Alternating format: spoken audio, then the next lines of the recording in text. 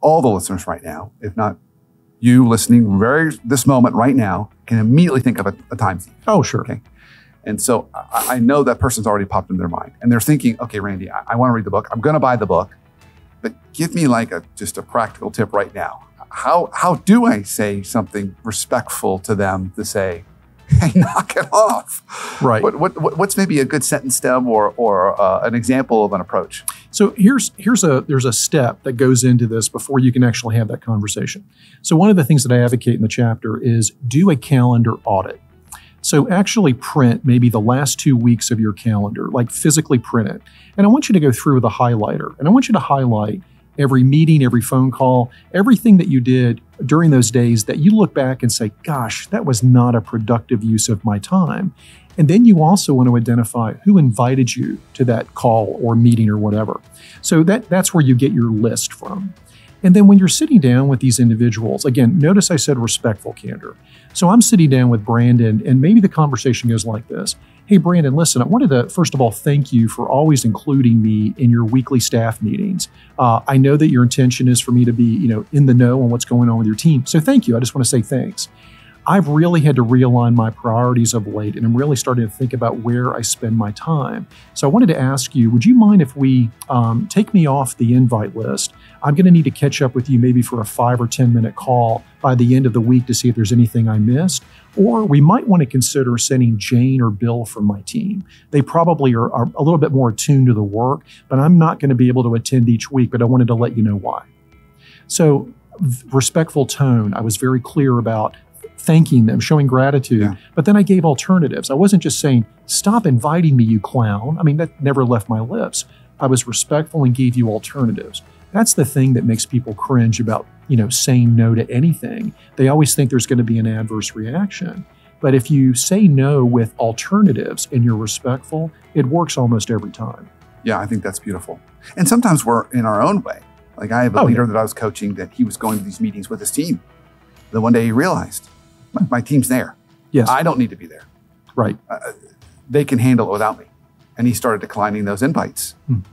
One more thing that just drives me crazy. I wish every organization, when people were in meetings, I wish it's like a pop-up video. Way back when VH1 used to have pop-up videos, and a little pop-up above people's heads would be their hourly rate, and the meter would turn on. Yes. I think if leaders could see that, they would not invite all the people they invite. It's like, well, I'm inviting 8 people to this meeting, and when you add up their hourly rates, that's an expensive meeting. That could be a $5,000 meeting. To talk about something that I could have sent out in a communication. Well, totally right. And I think that one of the things that's really key to this chapter is I give you lots and lots of ways to counter time thieves. One of them is to recognize also that sometimes we are the time thief. So the chapter is titled, How to Identify and Thwart Time Thieves and Not Become One.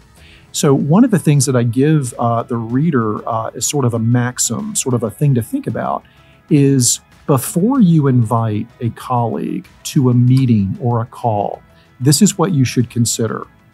I'm about to appropriate, that's a really good word, appropriate an hour or 2 hours of my colleague's time. Is it worth it?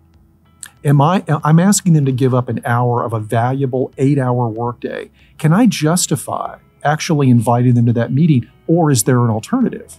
I wonder if I could achieve the objective with an email. I wonder if a 10-minute conference call would do. So if all of us would just pause and say, wait a minute, before I invite Brandon, Susan, Whitney, and Isaac to a meeting, I better make sure that I can really justify their investment of time. Yeah. So that alone would change this paradigm completely if we took the time to think about it. And I know for you and I, often when we're working with clients, whether we're on the front end and we're designing something or on the back end, we're doing a debrief, typically 30 minutes is the charm. Yes. We can do it all in 30 minutes. We can identify needs, create a design, figure out next steps, all in 30 minutes. We don't need an hour. And so also being creative and not necessarily always doing the rote hour meeting. I've had people, just send me an invite for a meeting. It's an hour. I say to myself, that's a 15-minute call. That doesn't need to be an hour. And then I'll come back to them and say, I'm sorry, I'm not available for this, but I am available here. And we typically make the adjustment. Well, Randy, I think that's great. So there's another chapter in that section that I want to go to. Also, one of your greatest hits, because when I think about all the programs that we deliver at Leadership Foundry and when our We get the feedback at the end of our programs, and the leaders say what stood out for them the most. Tied for number one is candor. Okay, so you have a chapter in there. It's chapter 14. What can a 12th century saint teach modern leaders about candor? Oh, that's one of my favorites. Well, I would love to hear, my friend. So tell us, what could this 12th century saint teach us? So let me bore you for 90 seconds with a quick history lesson. Okay. So for those who don't know, St. Thomas Becket was named by, I think it was King Henry II, as the Archbishop of Canterbury in 1170. So this saint, who was a very learned man and a friend of the king, was on his way to his ordination at Canterbury Cathedral, literally walking down the road, and he had a trusted companion with him. And what we know about that conversation that's been passed down through history is he turned to his companion, and I'm going to paraphrase, so bear with me. He said something like this: I want you to come to me in secret and tell me when I do wrong, for it is dangerous for men in power to not have candid voices in their lives.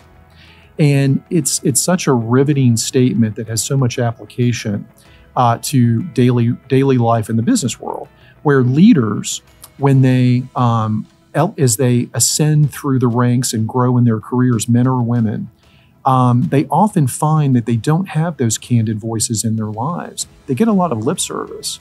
They get people that say, "Boss, you're the greatest. You're amazing. Everything's wonderful. No problems here."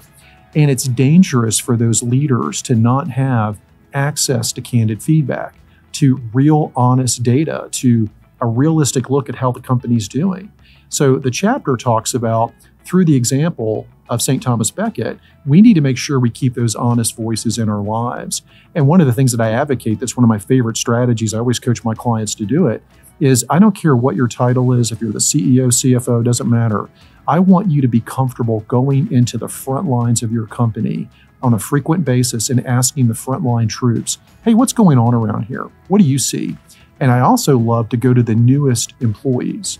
If you've got someone on the team with less than 60 days, that's the person you want to go have a cup of coffee with and say, "Hey, let's have a safe conversation. I want you to tell me what you see around here." That person has not yet been indoctrinated into the anti-candor mob. So this person's probably going to give fresh perspectives. So anyway, I think it's critical, and I think you'd agree, leaders have to have people that tell them the truth.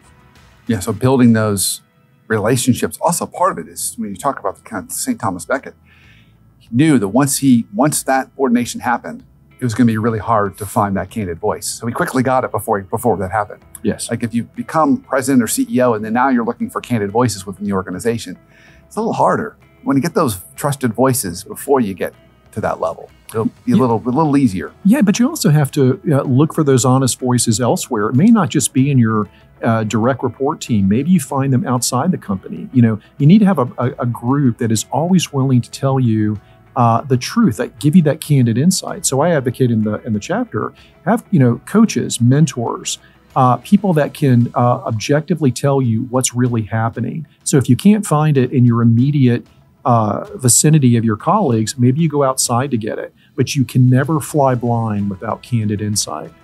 You and I do that for each other because we own a business together. But in companies that we work with, we know those leaders that are not told the truth, and they are headed towards disaster.